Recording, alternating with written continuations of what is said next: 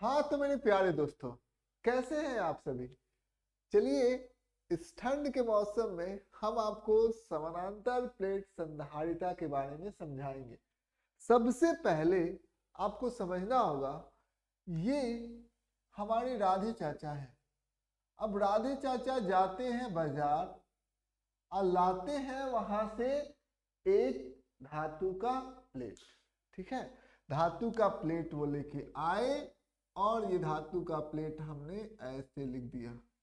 ठीक है, मजनू ने कहा कि राधे चाचा आपने धातु का प्लेट लेके आया है, मैं भी धातु का प्लेट लेके आऊंगा। ठीक है, दोनों ने धातु का प्लेट लाया, एक समान धातु का प्लेट लेके आया। ठीक है, और दोनों को पैरेलल रख दिया। अब क्या है, ये है हमारा मजनू प्लेट। अब मजनू प्लेट है, खोजू बेचारा जो दिन भर खोज करता रहता है। खोजू ने कहा कि चलो राधे चाचा, मजनू चाचा प्लेट लेके आए हैं, इसका कुछ हम इस्तेमाल करते हैं। खोजू ने कहा घबराने की बात नहीं है, हम थोड़ा सा खोज करते हैं। ये हमारा खोजू है जिसका बाल खड़ा खड़ा है। ठीक है, ये खोजू कहता है हम खोज करेंगे। उसने खोजू ने कहा कि हमारे पास प्लेट ए है, यानी राधे वाला प्लेट, प्लेट बी यानी मजनू वाला प्लेट। उसने किया कुछ नहीं, उसने किया बस ये कि जो प्लेट ए है उस पर एक आवेश दे दिया, धनात्मक आवेश। ठीक है, समझ में आया जी, प्लेट ए पर धनात्मक आवेश दे दिया, जिसका आवेश कितना है, Q है। तो आप देख सकते हैं कि प्रेरण के द्वारा, प्रेरण का मतलब क्या होता है, ये ये क्या है, ये उदासीन है, ये न्यूट्रल है, इसके ऊपर कोई आवेश नहीं है। लेकिन प्रेरण के वजह से इसके ऊपर एक ऋणात्मक आवेश आ जाएगा, क्योंकि ये जो धनात्मक आवेश है सारे के सारे इलेक्ट्रॉन को अपने तरफ खींचेगा, जिसकी वजह से इसके ऊपर जो आवेश आ जाएगा वो ऋणात्मक आवेश आ जाएगा। ठीक है, वो प्रेरण के द्वारा प्लेट बी पर -Q कूलम का एक ऋणात्मक आवेश आ जाएगा। अब दोनों खोजों ने तो ये काम कर दिया। अब हो ये रहा है कि दोनों प्लेट के अंदर वैद्युत क्षेत्र भी आ जाएगा। तो दोनों प्लेट के अंदर वैद्युत क्षेत्र कितना आ जाएगा, सबसे पहले यहाँ पर हम लोग देखेंगे, वो आएगा हमारा E। ठीक है, E हमारा आ गया वैद्युत क्षेत्र। और E का मान कितना होता है, E का यदि मान लेते हैं पृष्ठीय घनत्व। ठीक है, पृष्ठीय आवेश घनत्व वो होगा हमारा सिग्मा। ठीक है, सिग्मा है तो सिग्मा अपॉन क्या हो जाएगा, एप्सिलॉन नॉट। और ई का मान इधर ही क्यों होगा, क्योंकि यदि हम लोग यहाँ पर एक धनात्मक आवेश लेते हैं तो ये धनात्मक आवेश इस पर इधर बल लगाएगा और ये ऋणात्मक आवेश इसको अपने तरफ खींचेगा। ठीक है, तो जो कुल बल होगा, ये जो हमारा धनात्मक आवेश है उस इधर नेट बल, कुल बल को एक्सपीरियंस करेगा, अनुभव करेगा। इसीलिए वैद्युत क्षेत्र की दिशा हो गई हमारी ये हमारी वैद्युत क्षेत्र की दिशा हो गई। अब वैद्युत क्षेत्र का जो परिमाण होगा, इसके वजह से, इस आवेश के वजह से सिग्मा अपॉन 2 एप्सिलॉन नॉट, और इस आवेश की वजह से भी होगा सिग्मा अपॉन 2 एप्सिलॉन नॉट। ठीक है, दोनों जुड़ जाएंगे तो 2 सिग्मा अपॉन 2 एप्सिलॉन नॉट, 2 से 2 कट गया, यानी जो E का जो मान हो जाएगा, ठीक है, वो कितना हो जाएगा, sigma upon epsilon not. Sigma क्या होता है, जो हमारा Q बटा A, यानी Q आवेश है A क्षेत्रफल पर, तो Q बटा A हो गया बटा एप्सिलॉन नॉट। यही हो गया हमारा वैद्युत क्षेत्र हो गया। कोई दिक्कत की बात नहीं है, ये हमारा वैद्युत क्षेत्र हो गया। इसके अंदर अब वैद्युत क्षेत्र है, तो अब हम लोग आगे की बात करते हैं। इन दोनों प्लेट के बीच का जो सेपरेशन है, इन दोनों प्लेट के बीच का कुछ सेपरेशन होगा, उसको हम लोग मान लेते हैं D। ठीक है, D दोनों प्लेट का सेपरेशन है। ठीक है, इस प्लेट का जो क्षेत्रफल होगा वो है A। ठीक है, और ये जो है यहाँ पर जो हम लोग माध्यम लेंगे तो वैक्यूम लेंगे, यानी कि कुछ भी नहीं है इसके बीच में, क्या है, वैक्यूम है। वैक्यूम का मतलब क्या हो गया, इनके बीच में कोई माध्यम है ही नहीं, कुछ भी नहीं है। ठीक है, वैक्यूम है, निर्वात। ठीक है, तो अब हम लोगों ने जो किया वो हम लिखेंगे। सबसे पहले दो प्लेट हैं, प्लेट ए और प्लेट बी, दो प्लेट हैं, तो हम लोग लिख सकते हैं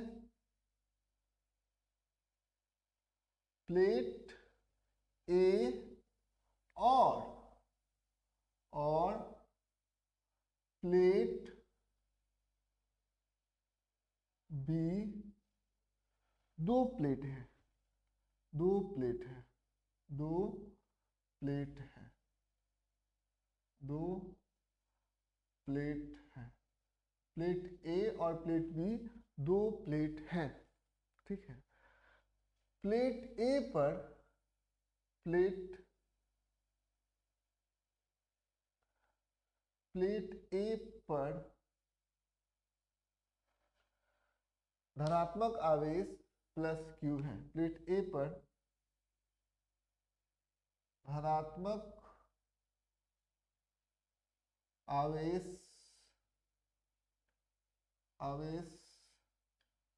प्लस क्यू है। ठीक है,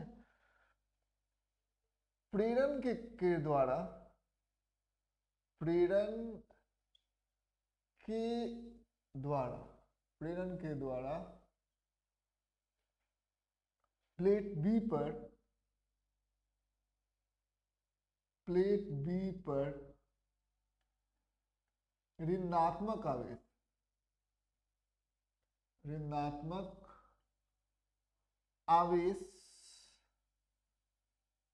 आवेश माइनस क्यू है। ठीक है,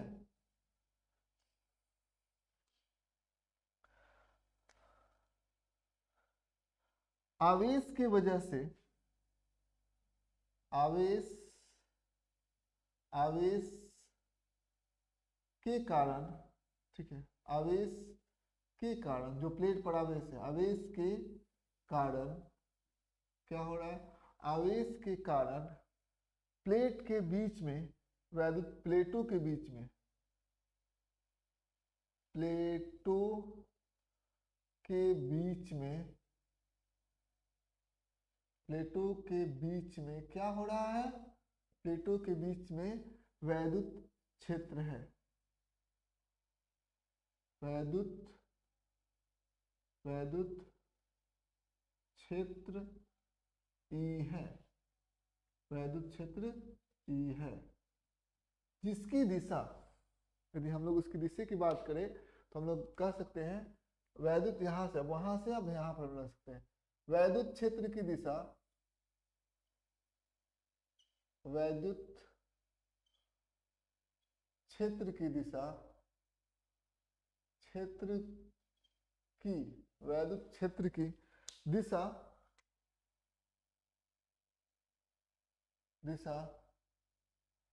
धनात्मक आवेश से धनात्मक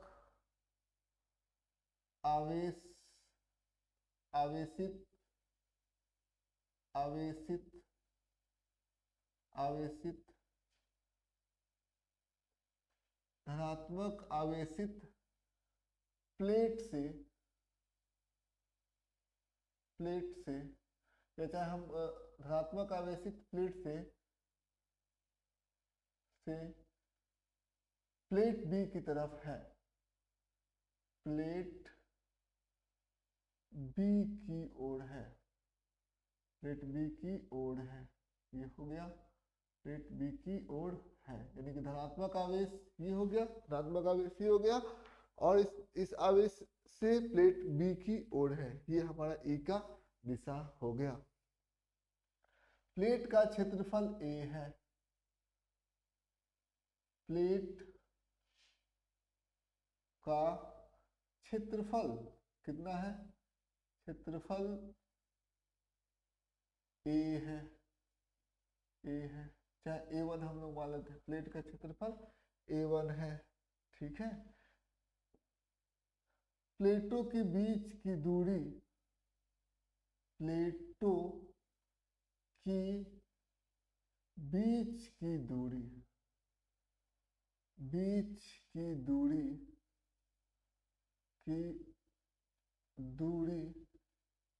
डी है,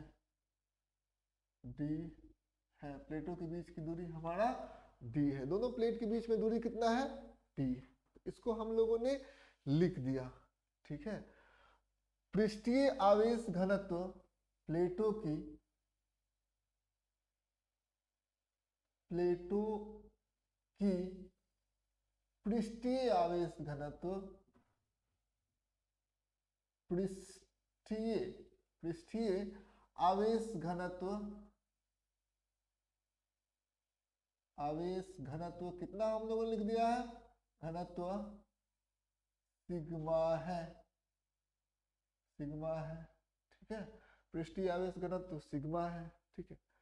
तो हम जानते हैं, हम लोग लिखेंगे हम जानते हैं, हम जानते हैं,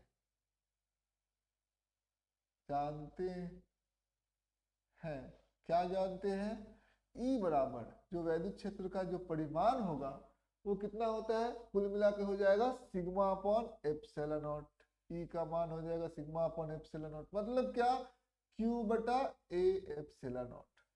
सिग्मा की जगह पर हम लोगों ने क्या लिख दिया, पृष्ठीय आवेश घनत्व है, मतलब क्यू आवेश है ए क्षेत्रफल पर, तो सिग्मा हमारा यही हो जाएगा, सिग्मा हो जाएगा क्यू बटा ए, ठीक है। पृष्ठीय आवेश घनत्व है, तो ये हो गया। अब एक बात बताइए, इन दोनों प्लेट के बीच में वैद्युत क्षेत्र जो है वो कांस्टेंट है, नियतांक है कि बदलेगा। तो प्लेट ए से प्लेट बी तक जो वैद्युत क्षेत्र है, वैद्युत क्षेत्र क्या है, ई एक, यहाँ ई एक, यहाँ हम लोग कह सकते हैं ई कांस्टेंट है, कांस्टेंट है मतलब नियतांक है, कांस्टेंट है, यहाँ पर ई कांस्टेंट है। तो हम लोगों ने एक फॉर्मूला पढ़ा है, यदि ई कांस्टेंट होगा तो जो प्लेट ए और प्लेट बी के बीच में जो विभव का अंतर होगा वो भी है। तो हम लोग यहाँ पर लिख देते हैं प्लेट ए और प्लेट बी के बीच में विभव का अंतर होगा, क्योंकि इस पर धनात्मक विभव होगा और इस पर ऋणात्मक विभव होगा, तो दोनों के बीच में विभव का पोटेंशियल का अंतर होगा। तो प्लेट ए और प्लेट बी के विभव में क्या होगा, में अंतर भी है, में अंतर भी है, अंतर भी है। तो ये हम लोग लिख सकते हैं। तो v बराबर कितना हो जाएगा, तो v बराबर क्या हो जाएगा, क्योंकि यहाँ पर ये कांस्टेंट है तो v बराबर क्या हो जाएगा, e गुने d, मतलब इन दोनों के बीच में e यदि कांस्टेंट है तो v हम लोगों को निकल जाएगा, विभव का जो अंतर है वो क्या हो जाएगा, वैद्युत क्षेत्र में और दोनों के बीच की दूरी से यदि हम लोग गुना कर देंगे तो हमें मिल जाता है v, तो e गुने d। तो e हमारा कितना है, q बटा a एप्सिलॉन नॉट, q बटा a एप्सिलॉन नॉट, e के जगह पर हम लोग दिया, d के जगह पर हम लोगों ने d ही लिख दिया। यहाँ पर हम लोग लिखेंगे, ऐसा हम लोगों ने क्यों किया, क्योंकि e का मान होता है q बटा a एप्सिलॉन नॉट, ठीक है, लिख दिया हम लोगों ने। अब हम लोग आगे बढ़ते हैं। हमें पता है क्या हमें पता है Q बराबर क्या होता है, Q बराबर होता है C गुने V, यही ना होगा, Q बराबर C गुने V। तो यदि हम लोग C के बारे में बात करेंगे तो C के बारे में हम लोग क्या हो पता चल जाएगा, C के बारे में हम लोग, तो Q बराबर C गुने V होता है, हमें C निकालना, तो C बराबर क्या होता है, Q बटा V होता है, ठीक है। तो सबसे पहले हम लोग Q लिख देते हैं, Q में किससे भागा लगाएंगे, V से, तो V के जगह पर हम लोग, ये भागा में है, V के जगह पर हम लोग QD बटा A एप्सिलॉन नॉट लिख देते हैं। फिर और हम लोग क्या लिखेंगे, और हम लोग इसको और बराबर कर सकते हैं, Q, ये जो भागा का साइन है वो गुना में तब्दील हो जाएगा और जो हमारा डिनोमिनेटर है वो न्यूमरेटर में चला जाएगा, तो क्या आ जाएगा, A एप्सिलॉन नॉट बटा QD, ये कट गया, ठीक है, समझ में आ गया, ये हमारा कट गया। तो हमारा कितना आ गया, A एप्सिलॉन नॉट बटा D, ये हमारा क्या हो जाएगा, ये हमारा हो जाएगा समानांतर प्लेट की संधारिता, ठीक है। तो संधारिता जो होगा A एप्सिलॉन नॉट बटा D हो जाएगा। कब एप्सिलॉन नॉट का मान A क्या है, जो प्लेट का जो क्षेत्रफल है वो A है, तो A को हम लोग क्या लिख सकते हैं, A1 हम लोग यहाँ पर क्योंकि प्लेट ए लिखे है तो एरिया को A1 ही मान लेंगे तो ज्यादा अच्छा रहेगा। A1 A1 ठीक है, A1 हम लोग एरिया को मान लेते हैं। तो सबसे पहले हम लोग कैसे निकाल लेंगे, जो संधारिता होगी C होगी, सबसे पहले हम लोग क्या करेंगे, सबसे पहले हम लोग ये करेंगे कि क्षेत्रफल कितना है, क्षेत्रफल को सबसे पहले हम लोग देखेंगे। एप्सिलॉन नॉट, एप्सिलॉन नॉट का तो वैल्यू आप लोगों को मालूम है ही। एप्सिलॉन नॉट का वैल्यू यदि हम लोग बात करें तो कितना होता है 8.85 गुने 10 का घात -12, ठीक है, कूलम स्क्वायर बटा न्यूटन मीटर स्क्वायर। यही एप्सिलॉन नॉट का जो मान होता है वो होता है, ठीक है। तो ये एप्सिलॉन नॉट का मान होता है। हम लोग प्लेट का जो एरिया होगा, जो क्षेत्रफल होगा वो हमको पता है, और दोनों के बीच में जो सेपरेशन होगा वो भी हमें पता है। डी क्या है, प्लेट के बीच का जो सेपरेशन है वो है। अब हमें क्या दिया जा रहा है, एक क्वेश्चन दिया जा रहा है। क्वेश्चन कुछ इस प्रकार से दिया जा रहा है कि सबसे पहले एक पैरेलल प्लेट कैपेसिटर है, हमारे पास एक पैरेलल प्लेट कैपेसिटर है। जैसे यहाँ पर हम लोग देख सकते हैं, ये हमारा पैरेलल प्लेट कैपेसिटर है, ठीक है, यानी कि समानांतर प्लेट, समानांतर ये प्लेट है, ठीक है। अब इस प्लेट के ऊपर क्या किया गया है कि इस प्लेट के ऊपर एक आवेश दे दिया गया है। आवेश कुछ इस प्रकार से दिया गया है, आवेश दे दिया गया है 10 कूलम का, ठीक है। तो इस पर कितना होगा, -10 कूलम, ठीक है, क्योंकि एक पर धनात्मक आवेश होगा तो उतना ही प्रेरण के द्वारा दूसरे पर ऋणात्मक आवेश होगा, ठीक है। अब दोनों प्लेट का जो सेपरेशन है, ठीक है, दोनों प्लेट का जो सेपरेशन है उसको ध्यान दीजिए। दोनों प्लेट का जो सेपरेशन है वो हमारा 1 मीटर है, ठीक है, कोई दिक्कत की बात नहीं है। 1 मीटर दोनों प्लेट का सेपरेशन है। प्लेट का जो एरिया है वो 5 मीटर स्क्वायर दिया गया है, ठीक है, समझ में आया। तो सबसे पहले कुछ क्वेश्चंस हम लोगों को सॉल्व करने होंगे। सबसे पहले आपको क्वेश्चंस क्या आ जाएगा कि इसके अंदर वैद्युत क्षेत्र होगा, धनात्मक आवेश से ऋणात्मक आवेश इस प्लेट की तरफ, ठीक है। तो ई का मान निकालना है। तो ई का मान, ई का क्या सूत्र होता है, वो होता है सिग्मा अपॉन एप्सिलॉन नॉट। तो सिग्मा तो दिया नहीं है तो क्या हो जाएगा, क्यू बटा ए, सिग्मा की जगह पर रख दिया एप्सिलॉन नॉट। तो हमें क्यू का मान मालूम है। क्यू का मान कितना है, 10 कूलम है। तो हम लोग यहाँ पर रख देंगे 10। तो क्यू हो गया 10। एरिया कितना हो गई हमारी, एरिया हो गई हमारी 5 मीटर स्क्वायर। प्लेट का एरिया 5 मीटर स्क्वायर है, बटा एप्सिलॉन नॉट का वैल्यू रख देंगे 8.85 गुने 10 का घात -12, ठीक है। क्योंकि ये वैद्युत क्षेत्र है तो इसका इकाई क्या हो जाएगा, न्यूटन बटा कूलम हो जाएगा, ठीक है। तो ये इसको आप सॉल्व कर सकते हैं। 8.85 होता है, 8.85 गुने 10 का घात -12, ठीक है। तो इसको आपको देख लेना होगा, 8.85 गुने 10 का घात -12। अब ये -12 है, ऊपर जाएगा तो +12 में कन्वर्ट हो जाएगा। तो 10 गुने 10 का घात 12। अब 8.85 में गुना करेंगे तो 25, 40 2 42, 40 और 4 44 हो जाएगा, ठीक है। तो ये हमारा कुछ इस प्रकार से ये आ जाएगा। तो ये हमारा वैल्यू आ जाएगा, ठीक है। ये न्यूटन बटा कूलम आएगा। इसको अब हम लोग सॉल्व कर सकते हैं, कोई इसमें ज्यादा झंझट की बात नहीं है। ये हमारा वैद्युत क्षेत्र आएगा। अब देखिए दूसरा जो हमसे पूछा जा सकता है, सी का मान निकालिए। सी का मान, तो सी का मान क्या होता है, A epsilon not by T. कोई दिक्कत की बात नहीं है। तो हम लोग क्या करेंगे, एप्सिलॉन नॉट का तो मान आपको पता है। तो एरिया कितना है, प्लेट का एरिया 5। एप्सिलॉन नॉट को एप्सिलॉन नॉट के रूप में ही रख देते हैं। उसका वैल्यू आप लिख सकते हैं 8.85 गुने 10 का घात -12। 8 एप्सिलॉन नॉट, दोनों के बीच में जो सेपरेशन है वो कितना है, 1 मीटर का है। यहाँ पर डी कितना है, दोनों प्लेट का बीच का दूरी है। तो ऐसे क्वेश्चन पूछ सकता है कि सी का मान निकालिए, प्लेट के बीच में ई का मान निकालिए। और जो तीसरे तरीके के क्वेश्चन होगा वो ये होगा कि आप एक काम करिए, आप एक और काम कर सकते हैं। यहाँ पर इस प्लेट के बीच में जो वैद्युत विभव होगा उसको निकालिए। तो वैद्युत विभव को निकालना होता है तो हम लोग जानते हैं Q बराबर क्या होता है CV। तो वैद्युत विभव दोनों प्लेट के बीच में विभव का अंतर, तो दोनों प्लेट के बीच में विभव का अंतर क्या होगा V होगा। तो V बराबर कितना होगा यहाँ पर देख सकते हैं, V बराबर आप देखिएगा तो कितना आएगा Q बटा C, Q बटा C आ जाएगा। तो Q कितना है, तो Q बटा C हम लोगों ने C का मान निकाल दिया 5 एप्सिलॉन नॉट। Q का मान कितना है 10 कूलम, तो यहाँ पर हम लिख देंगे 10 कूलम, ठीक है 10 कूलम हम लोगों ने लिख दिया। और C का मान कितना है, C का मान जो हो गया हमारा, और यदि हम लोग इसको कैपेसिटेंस है, C का मान इसका यूनिट होता है फराड, तो इसको हम लोग F से लिखते हैं। तो Q हो गया और C का मान कितना होगा 5 एप्सिलॉन नॉट फराड, तो 5 एप्सिलॉन नॉट